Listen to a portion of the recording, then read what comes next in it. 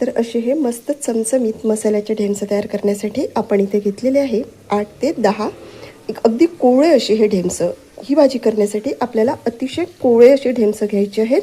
बियावाले ढेमसाची मसाल्याचे छान नाही लागत. तर हे ढेमसं मी स्वच्छ धुवून घेतलेले आहेत आणि ज्याप्रमाणे आपण मसाल्याचे वांगे करण्यासाठी वांग्यांना 4 कट देतो अगदी तसेच आपल्याला इथे हे ढेमसं कापून घ्यायचे आहे. तर हे ढेमसं मी बाजूला ठेवून घेते आणि त्यानंतर यासाठी लागणारा मसाला तयार करून घेते. मसाला तयार करण्यासाठी आपण मिक्सरचं एक छोटं पॉट घेतलं. आता त्यामध्ये आपण इथे कापून घेतलेला कांदा घालून घ्यायचा. त्यासाठी मी 2 मध्यम आकाराचे कांदे असे रफली चॉप करून घेतले. खूप बारीक नाही करायचे, असे मोठे केले तरीही चालतात. असा हा कापलेला कांदा आपण या पॉटमध्ये घालून घेतला. पोहे खायच्या चमच्याने 2 चमचे भरून धणे घालून घेतले. सुक्या खोबऱ्याचे असे पातळ करून घेतलेले तुकडे घालून घेतले आणि त्यानंतर आपण यामध्ये घालून घेतला छोटासा कलमीचा तुकडा. त्यानंतर असे 1 इंच आल्याचे तुकडे घालून घेतले. 8 ते 10 कच्चे शेंगदाणे घालून घेतले. त्यामुळे आपल्याला आपल्या रस्स्याला दाटपणा छान येतो. अर्धा चमचा जिरे घालून आपण यामध्ये अर्धा चमचाच आपण इथे खाकस घालून घेतली. 1 मूठ भरून आपण यामध्ये कोथिंबीर घालून घ्यायची, म्हणजे आपल्या मसाल्याला टेस्ट छान येईल. आणि याला झाकण लावून आपण याची प्लेन पेस्ट तयार करून घेऊ. इथे ढेमसाला आपण असे चिरे देऊन देऊ. ज्याप्रमाणे आपण वांगे कापतो ना अगदी तसेच याला चिरे देऊन द्यायचे. हे थोडंसं काढून घ्यायचं आणि याला उभे 2, उभा 1 आणि आडवा 1 असे 2 चिरे देऊन अशा पद्धतीने सर्व ढेमसं आपण इथे कापून घेऊ. आणि हे बघा इथे आपलं हे छान असं प्लेन वाटण वाटून तयार झालेलं आहे. चला तर मग भाजीची तयारी झालेली आहे. आता आपण भाजी फोडणी घालूया. भाजी तयार करण्यासाठी मी गॅसवरती एक जाडबुडाचा गंज ठेवून घेतला आणि गॅस सुरू करून घेतला. आता त्यामध्ये आपल्याला घालून घ्यायचं आहे तेल. तर मी इथे एका लहान वाटीने वाटीभरून तेल घालून घेतलं. मसाल्याची भाजी म्हटलं की थोडं तेल हे जास्तच लागतं. आणि तेल इथे आता मी मध्यम तापवून घेते.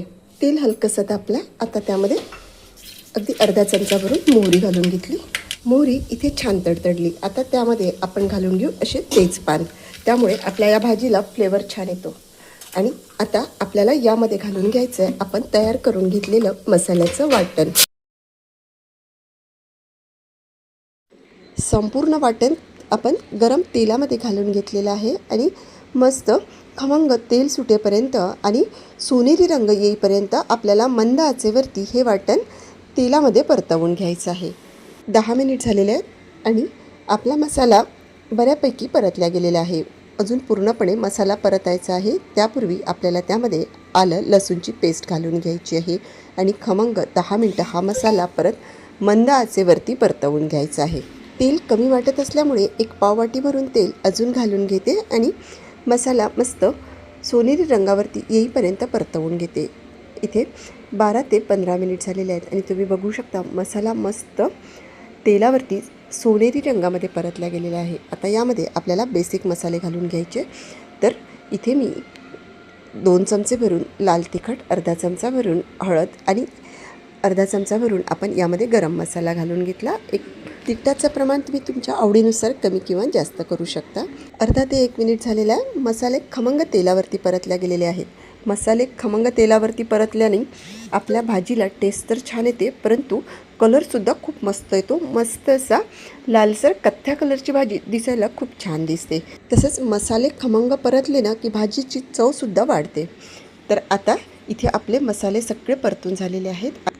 त्यामध्ये आपण कापून घेतलेले ढेमसं घालून घेऊ आणि 1 ते 2 मिनटं मंद आचेवरती मसाल्यामध्ये हे ढेमसं परतवून घेऊ. 1 मिनिट झालेलं आहे. मिक्सरच्या पॉटमध्ये अर्धी वाटी पाणी घालून घ्यायचं. विसळून ते संपूर्ण पाणी आपण भाजीमध्ये घालून घ्यायचं. मिक्स करून घ्यायचं. त्यानंतर आपल्याला यामध्ये 1 पेला भरून पाणी घालून घ्यायचं आहे. आपल्याला जेवढं पातळ रस्सा हवा आहे ना तेवढं पाणी आपण घालून घ्यायचं.